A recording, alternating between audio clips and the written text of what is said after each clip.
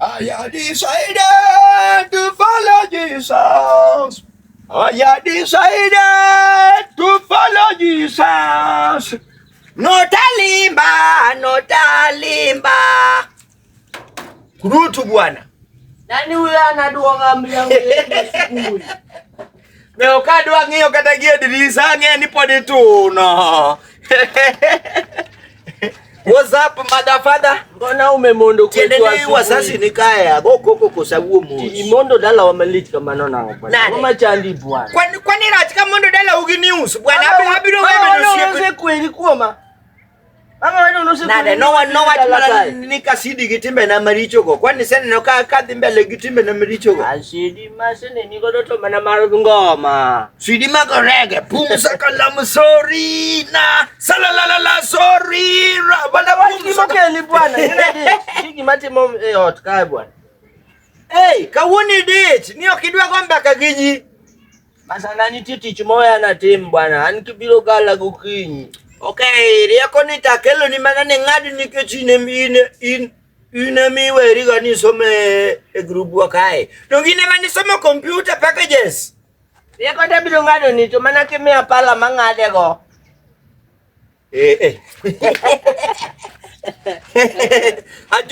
Adu wakato ini go hado. Ilugo ni processor. Iwinjo chale mana joma iwinjo ni kimenyo jo yengo ge toch. Ibiro winja duoke mapok ni winjo. Ngome manyo kumaji yenge. Okay. Adwa ni ngadi nadiako which we called for advice. Bring it on. Bwana. Angoma me ane machulo sipino bwana simply pa mdogo na ane machule for the past 2 weeks. Aito ngata yudo ka chat gi jomoko. Mano madhara ukoso mano ngiso nango. Mano dongi chama. Apenyi. To mano kachamo winya komoro nan. Era, ichulo nega sore sime. Sore mani yukiuwe mozi. Anda chulo ne sore simu bwana mano tokilika na sore. Kwano me yango bwana. Kana idu nyako masori. Ediel. Tono chamo vea. Tono ken sori. Mane kaka dianga tono ken sori ni. Temo kula maseke na do. Ni rodwa no chami. Mane nganyiri chamo ji. Kuli neni mana kadendi maru. Maru mo. Kala nyako no chami.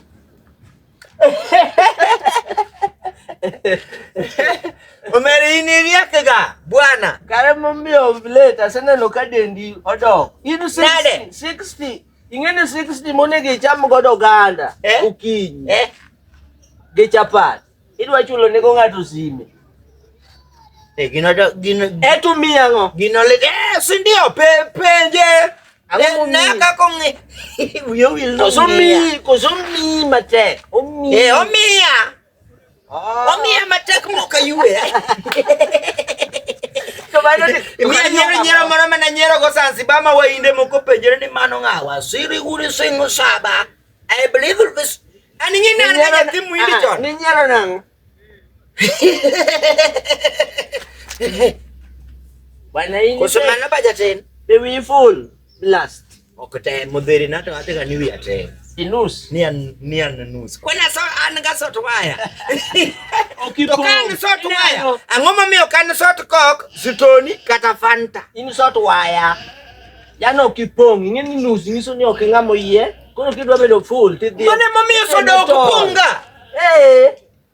Mano tadhi kot kawuono. Kakirwa ko nini bwana kusako koko tojo iwasasi wako. Kot to bwana be ni gipachi tich.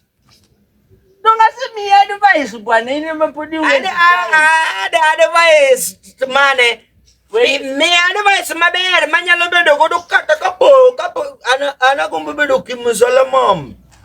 Ile mali nyao na nyako no solo mali kao na nyako no simbe mkopa koso ene mano kao gi details. Dia kenya kanya na ko noma gi details ga. Details gi the don't you simbe yola. To track to me kanyo gi DCI.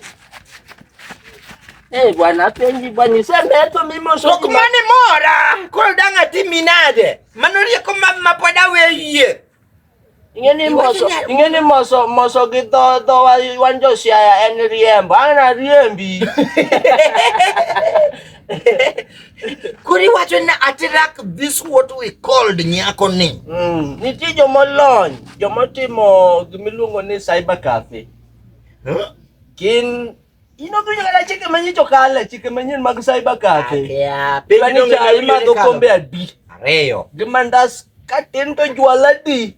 Juala deg. Koro DCIO ema timo tijno. Trap nyathino nyaka kuma ene gisimoro. Tok. Ma kapenjo gi nini? Kapenjo gi sauti mana piny. To kapo na trap nyathini. Don't go to kill on you, man. Deal me go get your caca. You are under arrest. Oh, you are under arrest. You kill him under you. Lay down. But I did you police? I think I've been a police molest. Ini amba. Okay, wondi. Tichala police a deal. Kinaga pangoraga. Shut up! Shut! Bwana chala police tai. Chala pai te kabisa bwana onge pogruok kindege pai. Ilungo ni maye denda. Maye biro. Maye moko to joge pai. Bwana winyo ni sane ke patrol by the way. Gik moko no lal kor gi ngane kor gi jared kota generator mag gopi. Maye go sane patrol. Bedu motang buan.